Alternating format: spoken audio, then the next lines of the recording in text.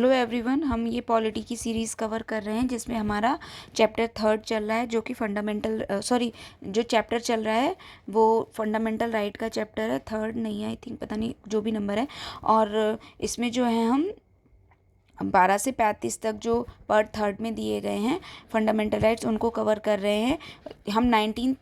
जो आर्टिकल है उसके 3rd क्लॉज तक यहाँ पर कंप्लीट कर चुके थे। अब जो है हम इसका जो सीआरपीसी का जो 144वां सेक्शन है उसके अंदर में क्या क्या प्रोविज़न दिए गए हैं, सेक्शन 141 आईपीसी का क्या कहता है, ये सब हम आगे से कंटिन्यू करेंगे। तो सेक्शन 144 जो सीआरपीसी एक्ट का है उसमें क्या गिवन है कि जो मजिस्ट्रेट है उसके पास पावर है कि वो रिस्ट्रेन कर सकता है असेंबली, किसी भी प्रकार की मीटिंग, प्रोसेशन, इन सब को वो रिस्ट्रेन कर सकता है, यानी कि रोक लगा सकता है इन सब पर, अगर उसे लगता है कि किसी भी प्रकार का रिस्क ऑफ ऑब्स्ट्रक्शन है, एनोयंस है, या फिर किसी प्रकार का डेंजर है ह्यूमन लाइफ को, हेल्थ को और सेफ्टी को, या फिर किसी प्रकार का डिस्टर्बेंस क्रिएट होगा पर्टिकुलर उससे असेंबली या मीटिंग से इन पब्लिक ट्रैंक्विलिटी, या फिर किसी तरीके के राइट होने की, यानी कि किसी तरीके की दंगे होने की आशंका हो। ठीक है, तो ये इन सब केसेस में जो है, इन सब जो है ग्राउंड्स पे जो है सेक्शन 144 लग सकता है, किसका, सीआरपीसी का, जिसके तहत कहा गया है कि असेंबली को प्रोहिबिट करते हैं, मतलब जहाँ पे कुछ लोगों के असेंबल होने की तो ये ताकत दे रखी है किसको, मजिस्ट्रेट को, जो डिस्ट्रिक्ट मजिस्ट्रेट होता है। फिर सेक्शन 141 में क्या कहा गया है, आईपीसी की धारा जो एक सेक्शन 141 है उसमें कहा गया है कि असेंबली ऑफ 5 और more person becomes unlawful if the objective is to resist the execution of any law or legal process. कहा गया जो सेक्शन 144(1) है आईपीसी का, उसमें कि असेंबली ऑफ 5, कम से कम 5 या उससे ज़्यादा लोगों के असेंबल होने पर जो है, मतलब उसे अनलॉफुल करार दे दिया जाएगा। अगर क्या कहते वो अनलॉफुल करार हो जाएंगे, मतलब कि अलाउड नहीं होगा, वो इलीगल माना जाएगा अगर कहीं पर 5 से ज़्यादा लोग जो है गुट बनाकर खड़े हुए हैं। क्यों, अगर उनको लगता है कि किसी तरीके के resist the execution of any law और लीगल प्रोसेस के इसको लागू करने के लिए, या to forcibly occupy the property of some people, अगर कोई जो है रजिस्ट कर रहा है एग्जीक्यूशन ऑफ एनी लॉ, मतलब किसी लॉ को मानने से कोई मतलब कि उसके खिलाफ है, या उसको मान नहीं रहा है, किसी लीगल प्रोसेस के खिलाफ जा रहा है, या किसी फोर्सफुली जो है किसी की प्रॉपर्टी एक्वायर कर रहे हैं, मतलब किसी की ज़मीन पर, जायदाद पर ज़बरदस्ती कब्जा किया जा रहा है, या कोई कमिट एनी मिसचीफ और क्रिमिनल ट्रेसपास को कोई कमिट करने की कोशिश कर रहा है, मतलब कोई क्रिमिनल, कोई क्राइम जो है करने की कोशिश कर रहा है, to force someone to do an illegal act, या कोई इलीगल एक्ट में शामिल होने की कोशिश कर रहा है, या to threaten government official on exercising lawful powers, या किसी सरकारी कर्मचारी को जो है, सरकारी ऑफिसर को कोई धमकाने की कोशिश कर रहा है। तो इन सब केसेस पे उनको लगता है कि ऐसी कोई आशंका है तो वो जो है असेंबली ऑफ 5 और उससे ज़्यादा लोगों की मतलब इकट्ठा होने पे, गुट बनाने पे रोक लग जाएगी। फिर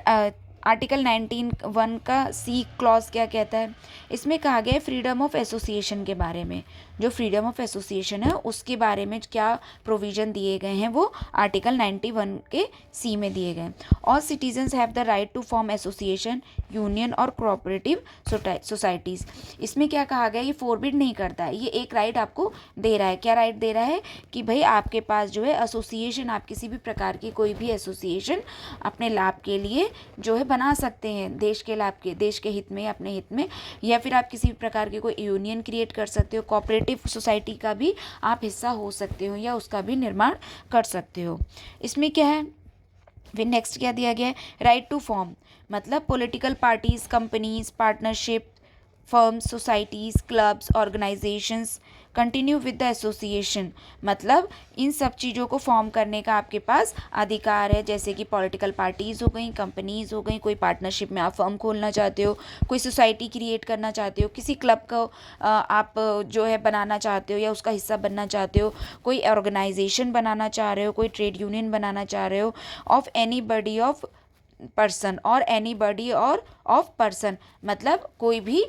पर्सन द्वारा, includes the right to continue with the association. और इसमें ये वाला राइट भी गिवन है, मतलब बनाने का राइट तो गिवन है, किसी का आप उसका हिस्सा हो सकते हो ये तो राइट गिवन है। और उसमें ये दिया गया है कि अगर आप ऐसी किसी एसोसिएशन, किसी ग्रुप या किसी यूनियन का हिस्सा हो तो आप उसका हिस्सा बने रहने का भी राइट है आपको। ये नहीं है कि आपको उससे जो है कोई जो है मतलब फोर्स करेगा कि नहीं आपको ये पर्टिकुलर यूनियन, ट्रेड यूनियन या पर्टिकुलर पार्टी या सोसाइटी जो है वो आपको जो है छोड़नी पड़ेगी फोर्सफुली, सिर्फ किसी के कहने पर। तो आपको ये सिर्फ राइट है विद एसोसिएशन। एसोसिएशन के आप include the right to continue, आप कंटिन्यू कर सकते हो अगर आप किसी से जुड़े हुए हो। Include negative right of not to form और ज्वाइन एन एसोसिएशन और यूनियन। इसमें जो है एक नेगेटिव राइट भी दिया गया है, नॉट टू फॉर्म और ज्वाइन एन यूनियन, एसोसिएशन और यूनियन। अब इसका क्या कहने का मतलब है कि देखो ज्वाइन करने का तो राइट है कि आपके पास कि भाई आप पर्टिकुलर जो है एसोसिएशन का निर्माण कर सकते हो, उसका हिस्सा बना रह सकते हो, या अगर आप किसी ऐसी एसोसिएशन के हिस्सा हो तो आप उसको भी कंटिन्यू कर सकते हो। इसके साथ जो नेगेटिव राइट क्या दिया गया कि भाई अगर आप नहीं चाहते हो कि किसी ऐसी सोसाइटी, किसी ऐसी यूनियन, किसी पार्टी का हिस्सा बनना, तो भी आपको कोई फोर्स नहीं करेगा कि आपको ज़बरदस्ती बनना ही है। मतलब कि आर्टिकल 19 सिर्फ ये नहीं कहता है कि आपको बनना ही है, अगर आप ये आपकी इच्छा है, अगर आप बनना चाहते हो किसी का हिस्सा या आप ऐसी कोई सोसाइटी बनाना चाहते हो या कोई पार्टी, कोई यूनियन, आप कोई ऑर्गेनाइजेशन, कोई क्लब, अगर आप ये बनाना चाह रहे हो तो भी आपको राइट गिवन है। और अगर आप नहीं बनाना चाहते, इन सब का हिस्सा नहीं होना चाहते, तो भी ये भी आपको राइट गिवन है। फिर आर्टिकल 19(4) में क्या कहा गया है, reasonable restriction, sovereignty of India, integrity of India, public order और मोरालिटी। मतलब रीजनेबल रिस्ट्रिक्शंस लगाई जा सकती हैं किस ग्राउंड पर, अगर सोवरेनिटी को कितना खतरा होगा, इंडिया की इंटीग्रिटी पे कोई आँच आ रही हो, या कोई पब्लिक ऑर्डर या मोरालिटी को लेकर कोई खतरा होगा, तो फिर इस पे जो है रीजनेबल रिस्ट्रिक्शंस लगाई जा सकती हैं। किस पर, ये जो पॉलिटिकल आप जो सोसाइटी, मतलब आप किसी ऐसी, मान लो आप किसी मतलब आतंकवादी वाले यूनियन में जाके मतलब आतंकवादी वाले जो कोई गुट है आप उसमें जाके मिल गए, फिर आप ये कहो कि मुझे तो अंडर आर्टिकल 19(1)(c) के अंडर में मुझे फ्रीडम ऑफ एसोसिएशन का राइट मिला हुआ है। नहीं, अगर कोई चीज़ गलत डायरेक्शन में है, हित में नहीं है, ठीक है, नुकसान पहुंचाने वाली है, तो फिर स्टेट चाहे तो रीजनेबल रिस्ट्रिक्शन लगा सकती है और आपका ये राइट छीन सकती है। फिर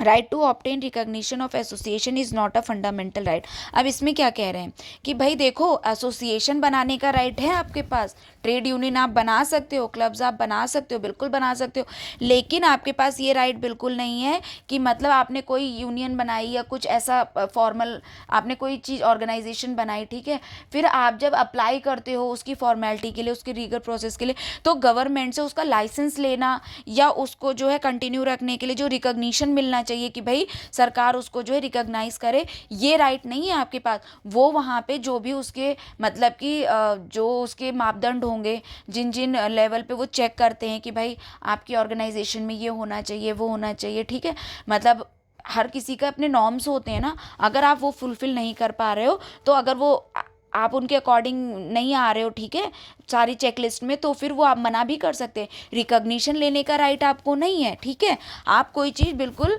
दायरे में रह के और सही से कर रहे हो तो आपका ये राइट है। और अगर आप कुछ ऐसा कर रहे हो कि जो सरकार को लगता नहीं है कि फिर भाई उसे रिकॉग्नाइज करना चाहिए, या भाई आपने कोई कुछ ऐसा खोला कि आपको उसके लिए लाइसेंस की ज़रूरत है और अगर सरकार नहीं दे रही है, तो ये राइट आपको गिवन नहीं है कि भाई आप अंडर 19 जाओगे आर्टिकल और कहोगे कि 19 में तो ये दिया गया है कि हम जो है ऑर्गेनाइजेशन फॉर्म कर सकते हैं, तो फिर आप क्या है एसोसिएशन फॉर्म कर सकते हैं, तो आप हमें लाइसेंस भी दीजिए इस चीज़ के लिए ना, ये राइट फिर आपको नहीं दिया गया है, इसमें ये एक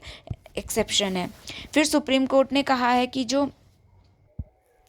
क्या कहा गया है कि the trade unions have no guarantee right to effective bargaining, have no right to strike, it can be controlled by the appropriate industrial law. मतलब कहने का है कि जो ट्रेड यूनियंस आप बना रहे हो उनके पास ये गारंटी राइट नहीं है कि वो इफेक्टिव बार्गेनिंग कर सके। मतलब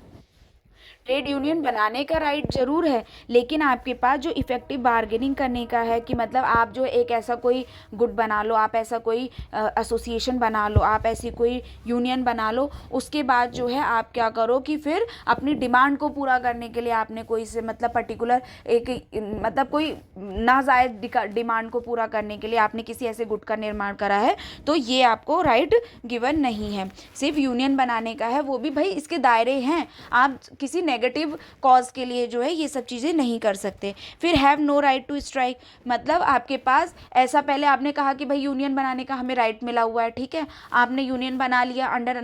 आर्टिकल 19, फिर आप ये कह रहे हो कि मुझे जो है फिर अब आप जाके धरने पे बैठ गए, ठीक है, आपने सब कुछ जो है मतलब रोक लगा रखी, भाई काम धप हो जाएगा, किसी फैक्ट्री का प्रोडक्शन नहीं होगा, देश को नुकसान होगा, ठीक है, पर्टिकुलर जो उससे जुड़े लोग हैं उन सबको नुकसान होगा। तो ये कहा गया है कि आपको फिर स्ट्राइक का राइट नहीं दिया गया है, इसमें सिर्फ आप ट्रेड यूनियन तो बना लोगे, लेकिन बाकी सब चीज़ों के लिए जो है रीजनेबल रिस्ट्रिक्शन लगाई गई है। It can B control by appropriate industrial law, और जो है इस चीज़ को जो है राइट टू स्ट्राइक को जो है क्या कहते हैं कंट्रोल किया जा सकता है बाय अप्रोप्रिएट इंडस्ट्रियल लॉ, मतलब पर्टिकुलर जिस इंडस्ट्रीज को आप बिलोंग करते हो या जो जनरल इंडस्ट्री लॉ होते हैं उसके अंदर में ये सब कवर कर लिए जाएंगे। फिर have no right to declare a lockout, lockout मतलब कि भाई आपने बंद का जो है क्या कहते हैं एक तरीके से अनाउंसमेंट कर दिया, पूरी फैक्ट्रीज बंद हो गई, कंपनीज बंद हो गई, कोई काम ही नहीं हो रहा है, ठीक है, अपनी बात मनवाने के लिए, तो आपके पास ये राइट भी नहीं है। फिर आर्टिकल 19(1)(d क्या कहता है, ये कहता है freedom of movement, every citizen has the right to move freely, inter state intra state movement, मतलब इसमें जो है फ्रीडम ऑफ मूवमेंट गिवन है, मतलब जो एक जगह से दूसरी जगह जाने का जो मूवमेंट का जो फ्रीडम है वो अंडर 19(1)(d के क्लॉज में दिया गया है। इसमें क्या कहा है, every citizen has right to move freely, हर सिटीजन को ये राइट है कि वो देश की टेरिटरी के अंदर बहुत आसानी से फ्रीली मूव कर सकता है बिना किसी रिस्ट्रिक्शन के किसी भी कोने में, ठीक है, चाहे वो इंटर स्टेट हो चाहे फिर इंट्रा स्टेट हो, मतलब विद इन स्टेट हो, जैसे कि हम अगर मान लो कि मध्य प्रदेश में रहते हैं तो हम मध्य प्रदेश की बाउंड्री के अंदर भी कहीं पे भी जा सकते हैं, और अगर हम चाहें तो मध्य प्रदेश से यूपी, मध्य प्रदेश से उत्तराखंड, या फिर भाई और जो भी एडजेसेंट एरियाज हैं हम मतलब कंट्री के किसी भी पार्ट में हम मूवमेंट कर सकते हैं, चाहे वो विद इन स्टेट हो या फिर बिटवीन टू स्टेट्स हो। फिर क्या कहा गया है, आर्टिकल 19(5) क्या कहता है, रीजनेबल रिस्ट्रिक्शन इसमें भी लगाई जा सकती है, interest of general public, protection of interest of any STs, मतलब इसमें जो है जनरल पब्लिक के इंटरेस्ट को देखते हुए अगर आपका जाना कहीं पर नुकसानदायक है, उस हित में नहीं है पब्लिक के, तो भाई आप पर रोक लग जाएगी, ठीक है। और दूसरा क्या है, protection of interest of any STs, मतलब देखो शेड्यूल्ड ट्राइब्स जो होती हैं ये एक तरीके से ना बहुत पुराने समय से ना अपने आप को आइसोलेट करके मतलब रह रही हैं पर्टिकुलर जगह पर, तो ये जो हैं बाहर की दुनिया से ज़्यादा मतलब नहीं रखती हैं, ये अपने आप में अपनी कम्युनिटी के बीच में अपने इनके सोशल नॉर्म्स होते हैं,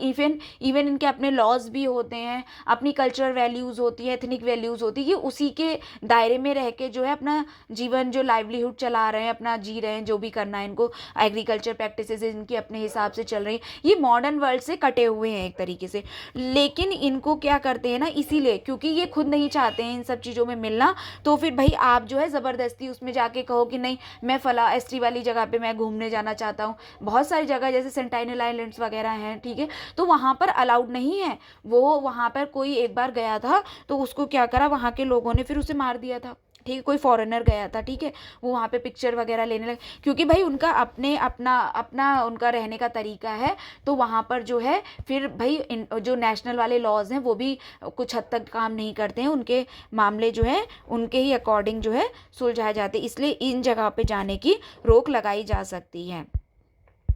फिर जो सुप्रीम कोर्ट ने क्या कहा है, the movement of prostitutes can be restrict on ground public health और मोरल, जो प्रोस्टिट्यूट्स होती हैं जैसे कि जो ये बोलते हैं ना औरतें जो लोग करती हैं जो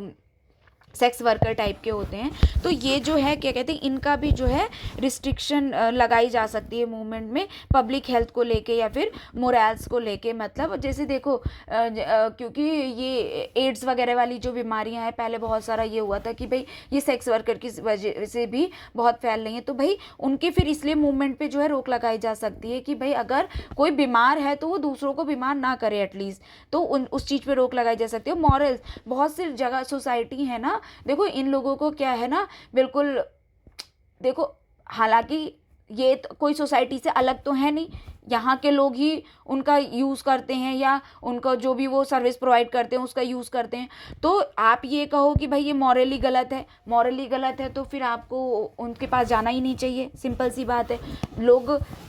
आवश्यकता के हिसाब से काम होता है ना, ठीक है, क्योंकि आपकी आवश्यकता है इसलिए वो ऐसा काम कर रही हैं। तो अगर कोई ये कहता है कि मतलब, लेकिन फिर भी क्या है ना, इन सब का ये नहीं है कि आप देखोगे कि ये शहर में कहीं बीच में आप ऐसे ही मतलब नॉर्मल क्या कहते कहीं पे इन्होंने इनका जो है एक पब्लिक प्लेस पे जो है ये अपना जो है अपना एक तरीके से कहते काम चला रही हैं, ठीक है, बहुत सारा हर जगह अलाउड नहीं है भाई। इनके प्रॉपर सेक्शन, मतलब किसी सिटी में किसी शहर में प्रॉपर इनके एरियाज होते हैं, मतलब कि भाई पर्टिकुलर एरिया जो है रेड लाइट एरिया है या वहीं पे जो है सेक्स वर्कर्स जो है होते हैं, वहीं पे किसी को वो सर्विस यूज़ करनी होती है तो वो वहीं पे जाते हैं। इसका मतलब ये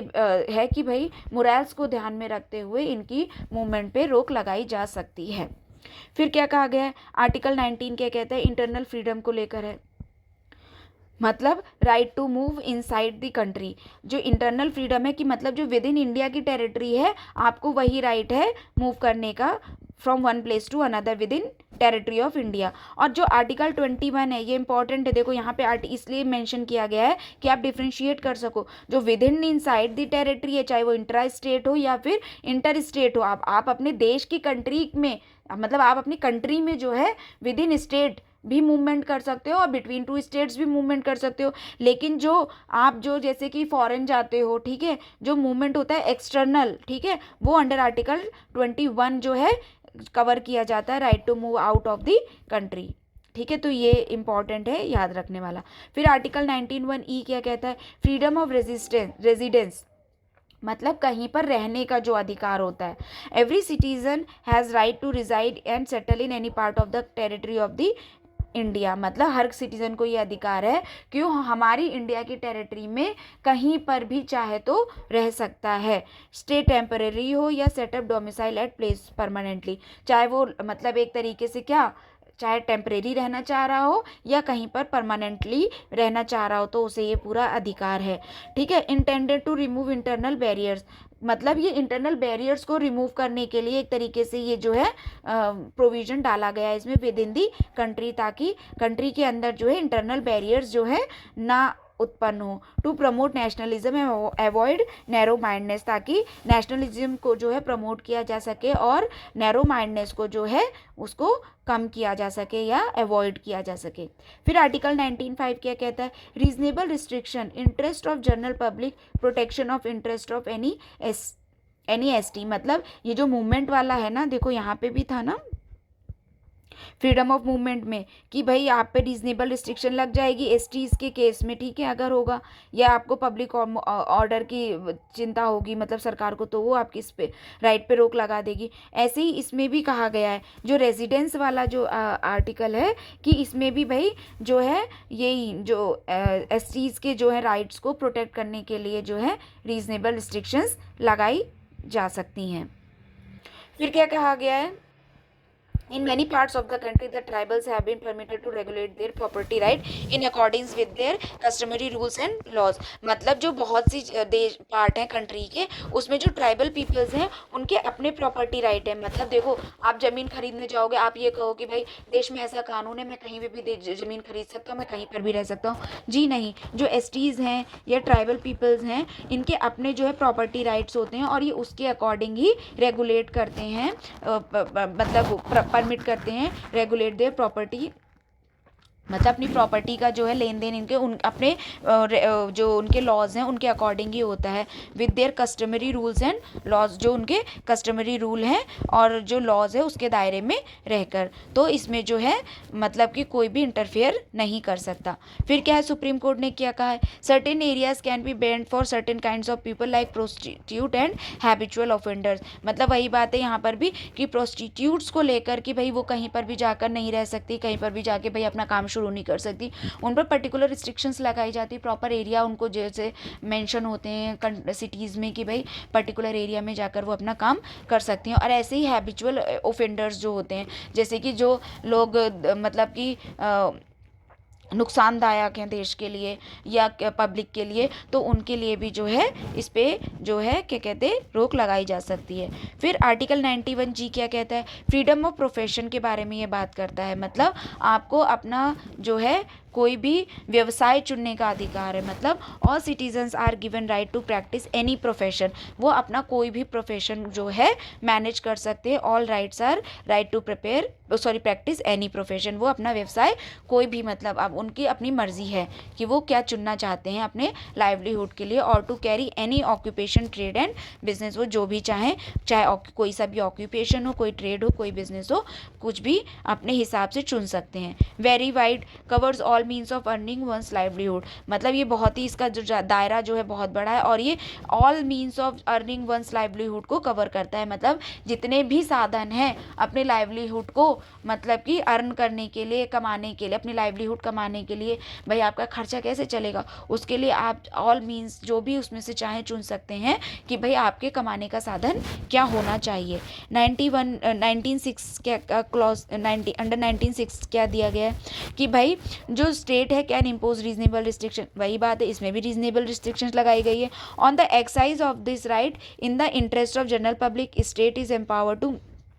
जनरल पब्लिक के हित में जो है स्टेट चाहे तो क्या कर सकती, prescribe profession technical qualification necessary for practicing any profession और carrying on any occupation trade and business. मतलब कि सरकार चाहे तो प्रिस्क्राइब कर सकती है कोई प्रोफेशन या technical qualification necessary for practicing any profession और carry on any occupation trade and business. मतलब भाई अब देखो आपने तो चूज़ कर लिया कि भाई मैं कुछ भी चूज़ कर सकता हूँ, लेकिन ये थोड़ी कि आप जैसे कि अब आपको मतलब आपने MBBS नहीं कर रखा है, ठीक है, आपने डॉक्टरेट के बारे में कुछ भी नहीं पढ़ा है, डॉक्टरी आपको बिल्कुल भी नहीं आती है, लेकिन आप क्या कहो, नहीं भाई मैं दुकान खोल के बैठ जाऊंगा और मैं जो है लोगों का इलाज करूंगा, ये तो पॉसिबल नहीं है ना भाई। किसी कुछ ऐसे मतलब ऑक्यूपेशन है जहाँ पे प्रॉपर जो है टेक्निकल एजुकेशन चाहिए, प्रॉपर जो है साइंटिफिक एजुकेशन चाहिए, या अलग अलग जो फील्ड हैं उसके हिसाब से आपको एजुकेशन चाहिए। डॉक्टर बनने के लिए आपको मेडिकल एजुकेशन चाहिए होगी, इंजीनियर बनने के लिए आपको टेक्निकल एजुकेशन चाहिए होगी। आप ये नहीं कह सकते कि नहीं भाई देश में मुझे जो है कोई भी जो है प्रोफेशन चुनने का अधिकार है,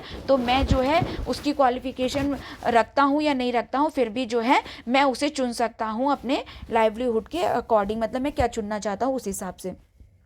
फिर carry on by itself any trade, कोई सा भी ट्रेड, कोई सा भी बिजनेस, कोई भी इंडस्ट्री और service, whether to exclusion complete और partial of any of citizen otherwise. मतलब किसी पे भी रोक लगा सकते हैं स्टेट चाहे तो, चाहे वो ट्रेड हो, चाहे बिजनेस हो, चाहे इंडस्ट्री हो, सर्विस हो, कोई सी भी, उन सब पर जो है उसको एक्सक्लूड किया जा सकता है कंप्लीटली या पार्शली ऑफ सिटीजन और अदरवाइज। मतलब कि अगर सरकार चाहे तो किसी प्रोफेशन, किसी ट्रेड, किसी बिजनेस पे जो है या तो कंप्लीटली या पार्शली बैन लगा सकता है किसी भी सिटीजन को लेकर कि भाई आप ये पर्टिकुलर जो है ऑक्यूपेशन नहीं चुन सकते। State is not required to justify its monopoly, और जो है स्टेट जो है अपनी मोनोपोली अगर किसी पर्टिकुलर बिजनेस पे करना चाहता है, किसी ट्रेड पे करना चाहता है, तो इसको भी उसको जस्टिफाई करने की मतलब ज़रूरत नहीं है। Does not include right to carry a profession और बिजनेस ट्रेड ऑक्यूपेशन इमोरल और dangerous, state can absolutely prohibit these two और रेगुलेट थ्रू लाइसेंसिंग। मतलब जो ये प्रोफेशन वाला है कि ऑल प्रोफेशन में से कोई सा भी आप चूज कर सकते हो, ये बहुत जो वाइड जो दे रखा है स्कोप इसका, लेकिन इसमें जो है कोई भी ऐसा प्रोफेशन नहीं आता है जो कि इमोरल हो और डेंजरस हो, किसके स्टेट के हित में ना हो, वो स्टेट के अगेंस्ट हो, उसको किसी तरीके का नुकसान पहुंचाना चाहता हो, तो मतलब उसको जो है एब्सोल्युटली प्रोहिबिट किया जा सकता है या फिर लाइसेंसिंग के थ्रू रेगुलेट किया जा सकता है। अब हम आर्टिकल जो है 20 से जो है नेक्स्ट वीडियो में कवर करेंगे, अभी हम यहीं पे ख़त्म करते हैं। Thank you.